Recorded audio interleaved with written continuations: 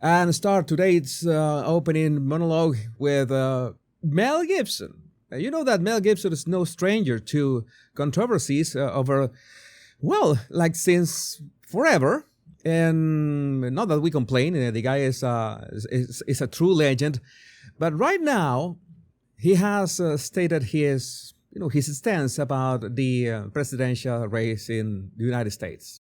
Trump secretary. A lot of people I know what it'll be like if we let her in. Yeah. Oh, really? And that ain't good. Yeah. Well, miserable track record.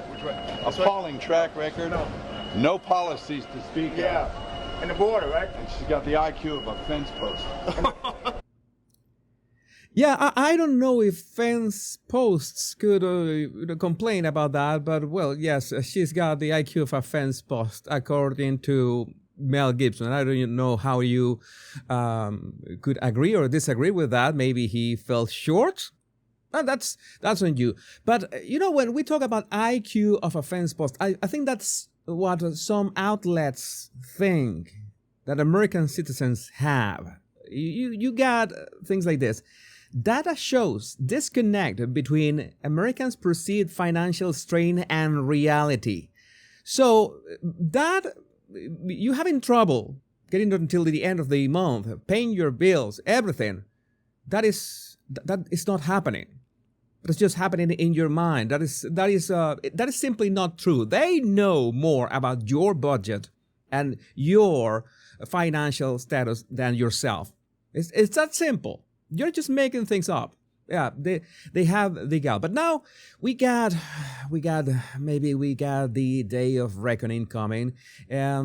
Some let's say the most updated results from Real Clear Politics, the average of all the polls so far have Trump and Harris tied in 48.5. This is literally a head-to-head race.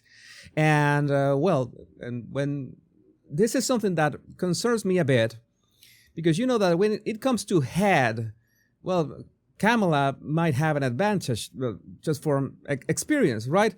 But, the usual cover of magazines like the New York Post got Trump almost making it to the big leagues, almost declaring him President of the United States. This is what we got. Back to the future. Maybe it will happen. Maybe it will not. I am really optimistic about the future. Either way, that is something that maybe I will talk in a closing monologue. We should have a closing monologue as well in our shows.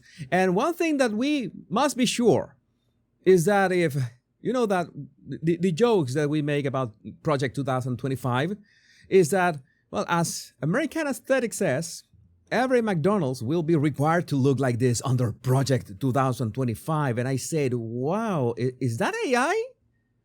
Is that artificial intelligence?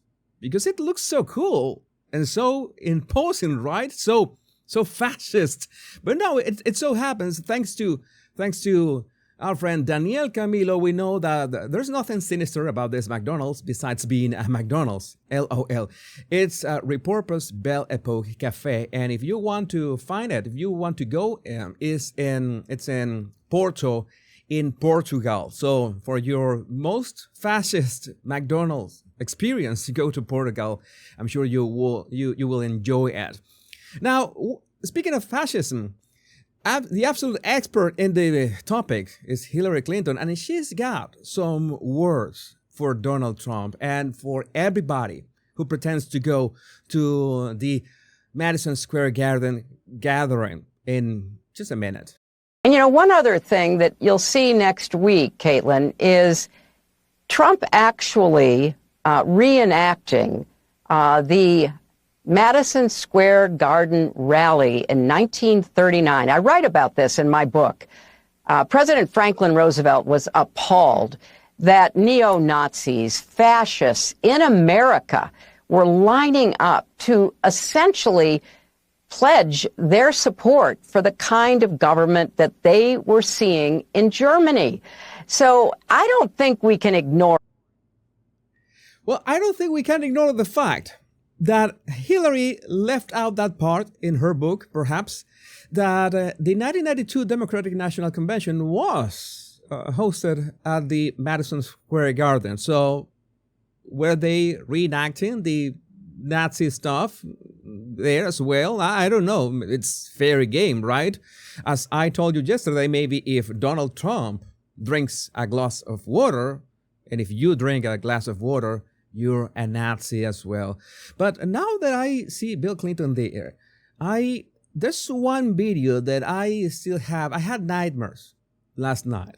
I had nightmares because of this video. You know that I can be a troll and rather cruel sometimes. And if I saw this video, you have to see it as well. Just remember, if you can get every person you know who hasn't voted, who's trying to make up their mind, to know the difference in her position and Trump's position on these cost of living issues, these healthcare issues, it may make all the difference in the world. But right now, people are so preoccupied with their own difficulties, and they think, oh, I saw Trump before, and yeah, he tried to do all these bad things, but he didn't do it, so he couldn't do it next time. Here's what he said. He said, oh, I need you so much. We can make America great again if you just vote one more time. But if you vote one more time this time, by the time the next election rolls around, I'll have it rigged and you will never have to vote again. Yeah, I'm still trying to figure out what's on his lip. I don't want to ask questions. I'm very curious by nature, but I could just, give him a pass on that one. I really don't want to find out. But you know that sometimes, but not only politicians, but celebrities give their maybe unsolicited opinion. And in this case was Robert Downey Jr. And as of late, every time I see a celebrity on my timeline, I say, oh, not again. They're gonna say something. They're gonna say something stupid. And they are entitled to it, of saying whatever stupid thing they want to say. They're right. But in this case, Robert Downey Jr. did not say anything about Trump or Kamala. That's a relief. But he spoke about Elon Musk. And he said, and I quote, Robert Downey Jr. discusses Elon Musk cosplaying Tony Stark in real life. As an almost 60-year-old recovering white American male, I just wish that he would control his behavior a little more. But that's not on me. I mean, you know that I've been a fan of Iron Man, like the character, long before Iron Man was cool. When I was a kid, I loved the cartoons, and I loved the character. That having a metal armor was so cool to me.